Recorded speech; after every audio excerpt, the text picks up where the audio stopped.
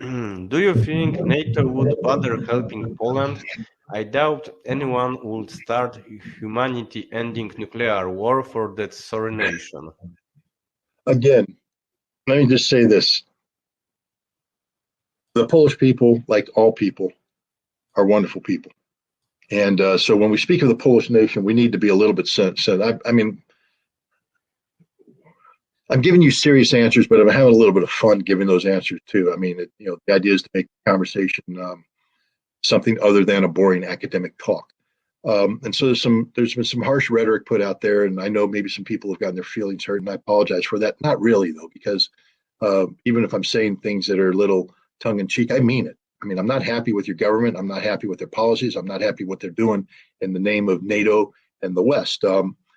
Do I think NATO would bother helping Poland? The question Poland has to ask is, how would NATO help you? How would NATO help you? Do you want the permanent basing of American troops on your soil? Is that the help you're looking for?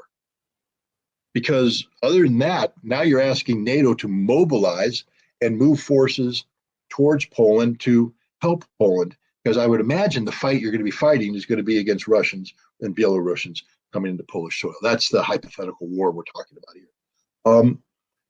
NATO can't help you. It doesn't matter if they want to. Read Article 5, by the way. I just imagine, because remember, Joe Biden's told you it's sacred. That's a sacred obligation.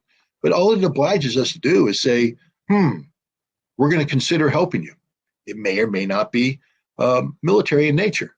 That's what all Article 5 says. We will consider helping you. It doesn't mean we have to help you. We have to consider it. And our help could be a political statement. It doesn't have to be military. So if Poland does something stupid and generates a conflict with Russia, there's nothing NATO can do. There'll be American troops there, and that's the worst thing you could have because we won't have enough. There won't be enough American troops. They are a tripwire. A tripwire to what? To the release of nuclear weapons, guys.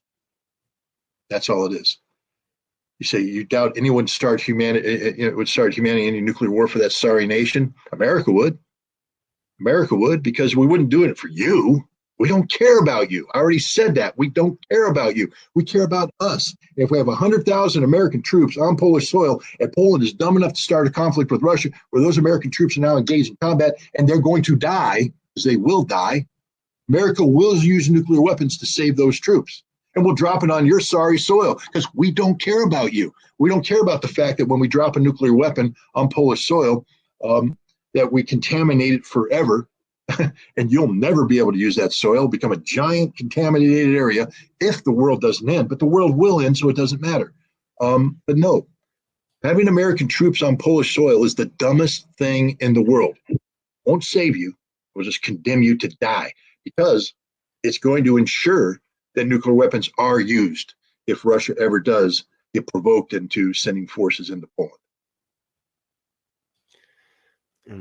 There are also some some other questions in the news, which I when I announced that we will talk, so I will read it.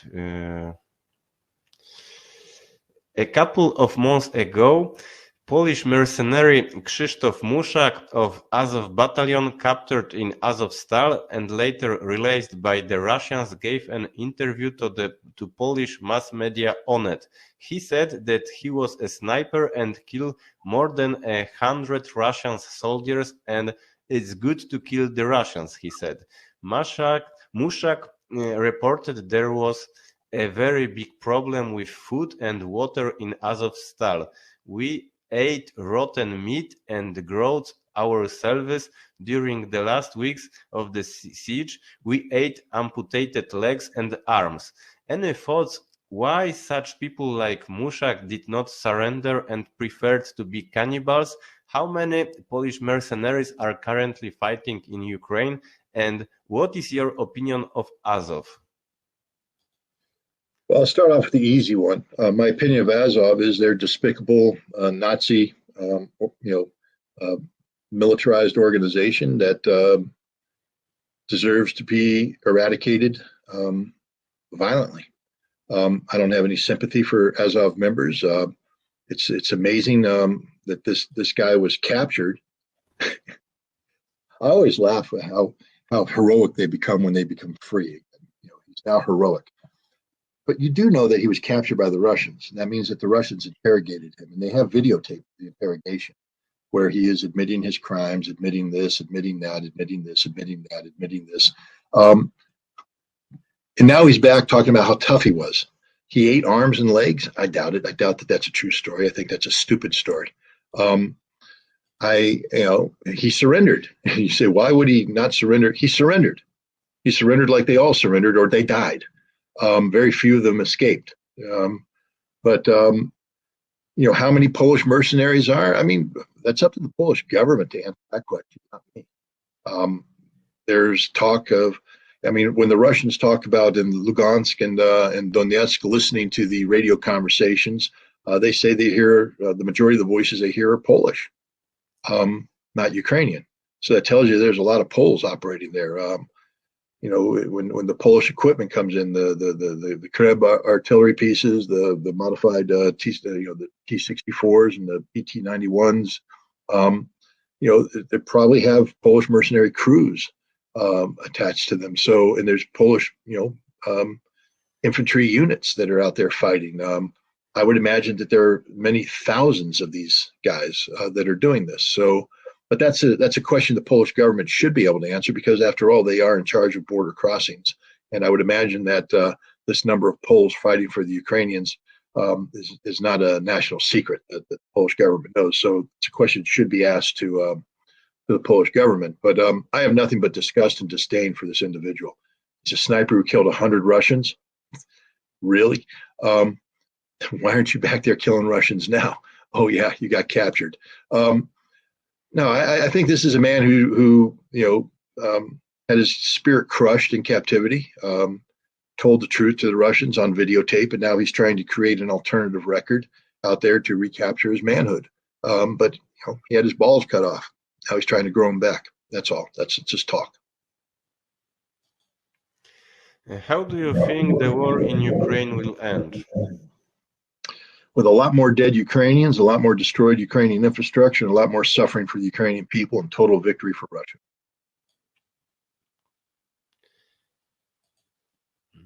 I know they want a more substantive answer than that, but no, you already talked about this, so I will read another question. Dear Mr. Ritter, could you comment on Mr. Kedmi's recent opinion on Poland?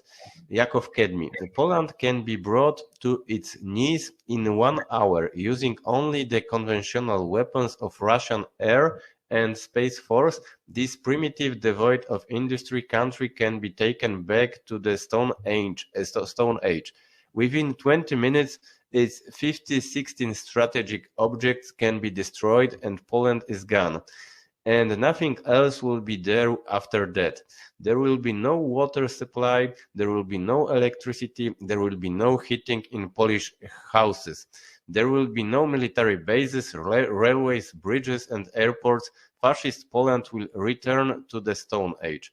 And for this, Russia does not need to send her troops conducting military actions. Russia will not waste lives of her soldiers because there is no need of Russian tanks to go to the Warsaw. Yakov Kedmi is an Israeli politician and diplomat. He was the head of the Native Liaison Bureau. No, look, Poland is a large country. I don't buy into the notion that Poland is a primitive country. I have respect for the reality of Poland, which is it's a nation that possesses a significant heavy industry capability. It's proven that over time. It has shipbuilding plants. It can modify tanks. Poland's a modern nation state, modern infrastructure, relatively high standard of living. And the idea that Russia could turn this off in 20 minutes or whatever he said, no. War is very complicated. I participated in Desert Storm, and I was actively involved in the targeting of Iraqi infrastructure. And the Iraqi infrastructure was, in terms of the targets, I would imagine were significantly less than the amount of targets that exist in Poland, given the fact that Poland is a large state with an extraordinarily, a lot of Iraq is desert. So all your targets are concentrated in certain areas, whereas Poland is a very large, nation with significant infrastructure spread out over significant urban population areas. So shutting Poland down would be a very, very difficult target, a very, very difficult task. That doesn't mean that you can't hurt Poland. I mean, I think what we've seen with Ukraine is that the Russians would be able to target, for instance, your electrical power generation capability and shut off the lights. Yes, Poland, like any other nation, has resilience, and they'd be able to bring it back up. And then you get into this tit for tat targeting thing is as they blew it up, you rebuild it, they blow it up, you rebuild it until somebody either runs out of missiles or runs out of the ability to rebuild it. I think Poland would run out of ability to rebuild before Russians run out of missiles. And similarly, other infrastructure could be hit as well. But this would be a lengthy campaign. It would take months to do something like this. And so I think the key thing from this question is, does Poland want this? Is anything Poland's talking about right now worth this? I mean, because I disagree with Mr. Kedmi. I think Poland would survive. Poland would fight. I have respect for the Polish people, especially if they're attacked, that they aren't going to just roll over and surrender. They've proven throughout history that that's not who they are. So I think Poland would resist, and that resistance isn't just military, it's what civilians do to keep their nation function. I think Polish people would show sufficient resilience to struggle, to survive, to rebuild, to do what humans do when they're confronted with the worst possible thing. But the question that has to be asked by the Polish people, is this the fate we want? Because it's inevitable. If you want a conflict with Russia, that's what you're going to get. It doesn't mean that you lose, but I think you do lose. I think the fact that this happens to your country, you've lost already. Even though you haven't surrendered, you've lost, just like Ukraine has lost. And so I would hope that the Polish people would say, we don't want this. We don't want that future. We take a look around us and we see we have a good quality of life. We'd like that quality of life to get better. And it doesn't get better by having Russian missiles take out your infrastructure. That's for damn sure. So, so I don't agree with Mr. Kedmi's statements. I do think that Poland would be a much more difficult target set, that it would take a significant amount of time to do the damage that he's talking about, if it ever could be done. I think Polish people are resilient. They have the capability and the capacity to resist and reconstitute. But that's not a future anybody wants. I would hope. I hope that's not a future that the Polish people want. I would like to I would like to say a few words about Polish infrastructure, because there are some modern infrastructure which is in Warsaw and other big cities, and some new roads built in the time when Poland became a member of European Union. But most of the country is a peripheric state.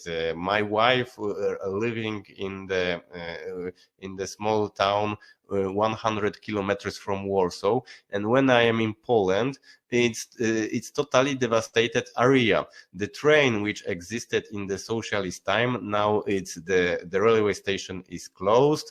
The public transport is not existing there. There are more than half of population which are not access to public transport to go to the other cities, because all this infrastructure which existed in Poland in socialist times now is closed, is privatized, and they said to all people, we will end with train. Now you have to buy a car.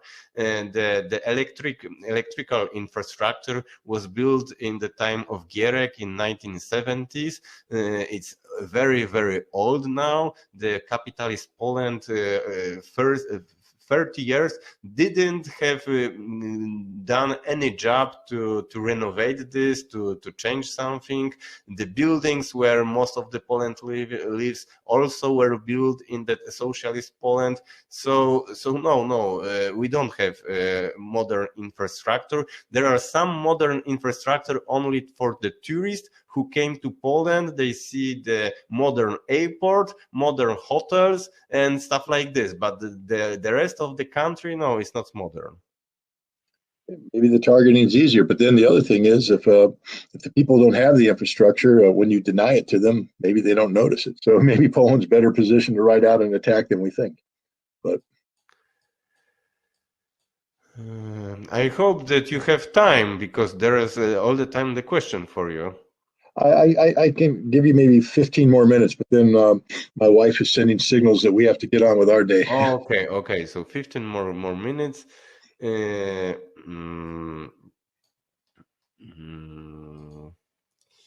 Wait. Gennady Zyuganov said that there are only 14 bridges that connect Ukraine with Eastern Europe, 4 land roads crossing and 2 tunnels. In order to end of the supply of NATO weapons to the front in Donbas, all the bridges, crossing and tunnels should have been destroyed a long time ago. General Gurulyov, with whom you spoke, stated many times that from a military point of view, this is not a problem at all. To do this, it is necessary to disable the air defense of Ukraine in a specific area, activate Russian Air Force and bomb these bridges with Fugasnaya Aviaционная Bomba FAB and X-22 missiles. General Gurulyov stated that to destroy the bridges, it is not necessary to disable Iranian air defense of the entire territory. It is possible to disable Ukrainian air defense for smaller areas, for example, a couple of oblasts at a time, and conduct a typical strike with drones and some 100 missiles. This will clear the way for aviation. Any thoughts? What is your opinion on the possibility of dismantling Ukrainian transport infrastructure in order to stop the supply of NATO weapons? Well, first of all, I agree that the targeting deck is what they've. I'm sure that that NATO, working together with the United States and other special services, have come up with alternatives to some of these, but these are the main ones that have been identified. And I also agree that they could easily be taken out. It's just not a problem for the Russian Air Force. If the Russian Air Force wants to destroy something, it will destroy something. And I'll leave that up to the Russian Air Force and the High Command how to determine that takes place. I'm not going to sit here saying they must do this, they must do this, they must do this. Let's just say that it can happen. Why hasn't it happened?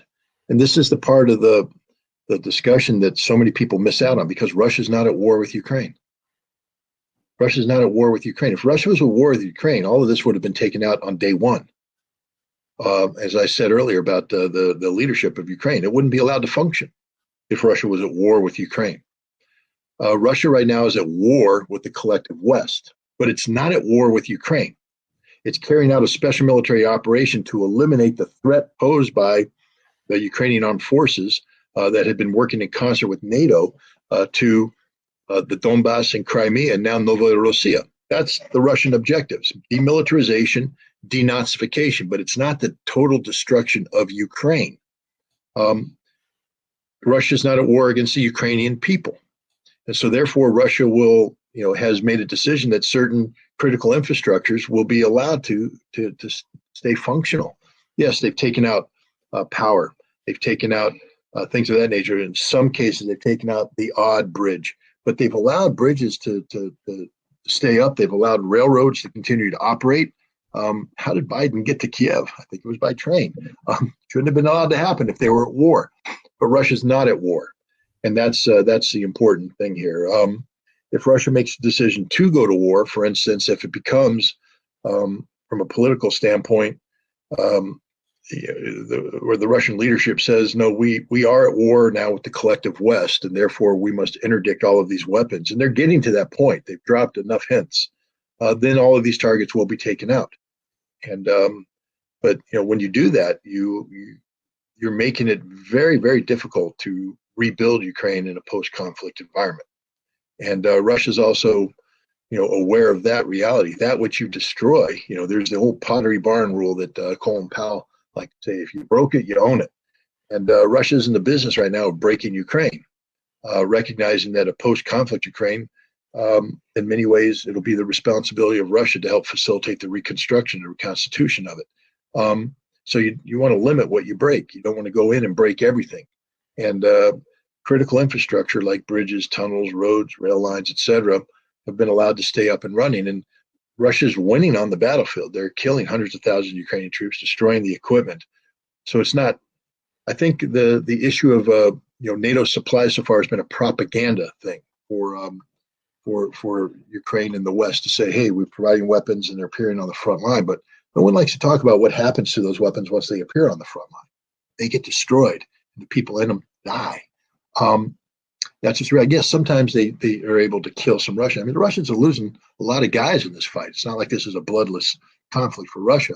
But from a strategic standpoint, the way things currently stand, Russia is winning. Russia is prevailing. If the amount of weapons start to impact that, to remove the certainty of a Russian military victory, then Russia will have to do that which is necessary to prevent the flow of those weapons. And that means the destruction of critical infrastructure. But again, two things. Russia's not at war with Ukraine. So Russia's not destroying critical Ukrainian infrastructure. And two, whatever the West is providing Ukraine isn't changing the reality on the battlefield.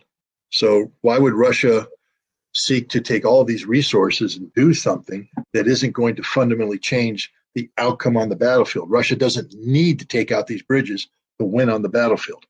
So unless that equation changes, I think this is going to remain the same way. Russia, because it would require a lot of resources to take these targets out.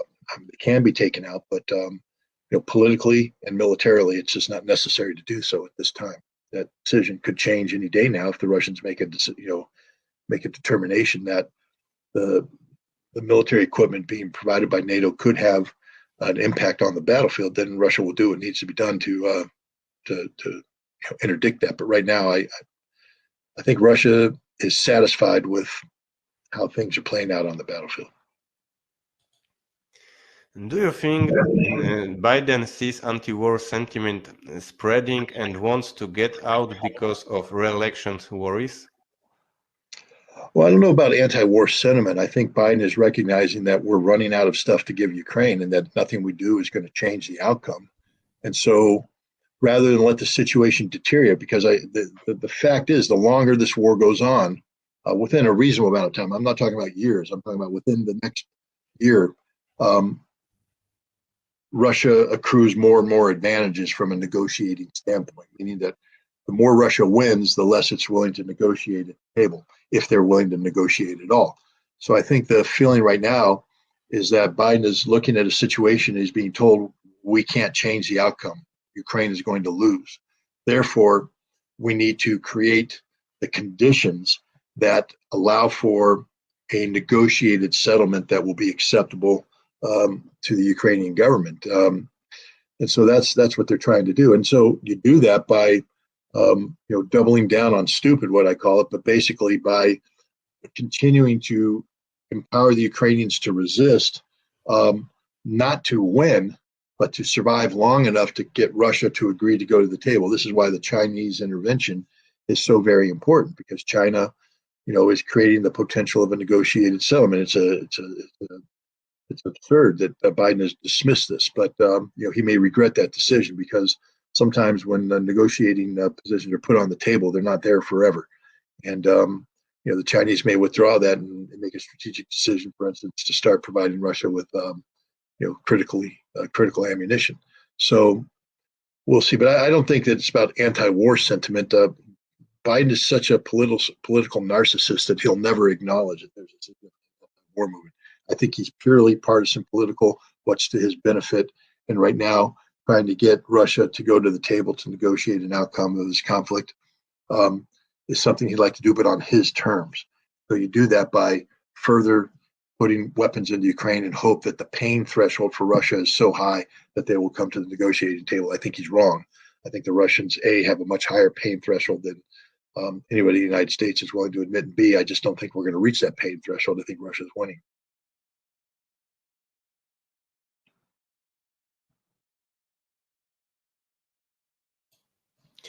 There is a lot of questions, but because your time is finished, I will ask the last my question. Could you say something about the anti-war initiative which taken place in USA? Rage Against War Machine. I saw your speech in the city for Center for the Political Innovation. Very good speech, like always. Could you say something? How many people participated in this in this movement, and do you see that this movement will be as big as the anti-war movement which existed in USA in the time of Vietnam War, which participated thousands or millions of people? Well, the first thing I'll say about the Rage Against the War Machine effort is that it was an effort to reach across all ideological, boundaries. People from the right, people from the left, people in the middle. The idea was to bring them together, and this is sort of unprecedented because the people on the right don't like the people on the left. There's a lot of issues, and traditionally what happens when you do this is peripheral issues tend to rise up and break things down. Issues on racism, on gun control, on abortion rights, on women's rights, and all this stuff where people might have differing points of view that block them from working together. The idea was to put that aside and come together to rage against the war machine. One of the difficulties they had is what defines anti-war. There was a lot of differences of opinion on that. So this particular event was never anticipated to get more than a couple thousand people to attend. I mean, their objective was 2,000. I think they had 3,000 attend. So they did better than what they had planned to do.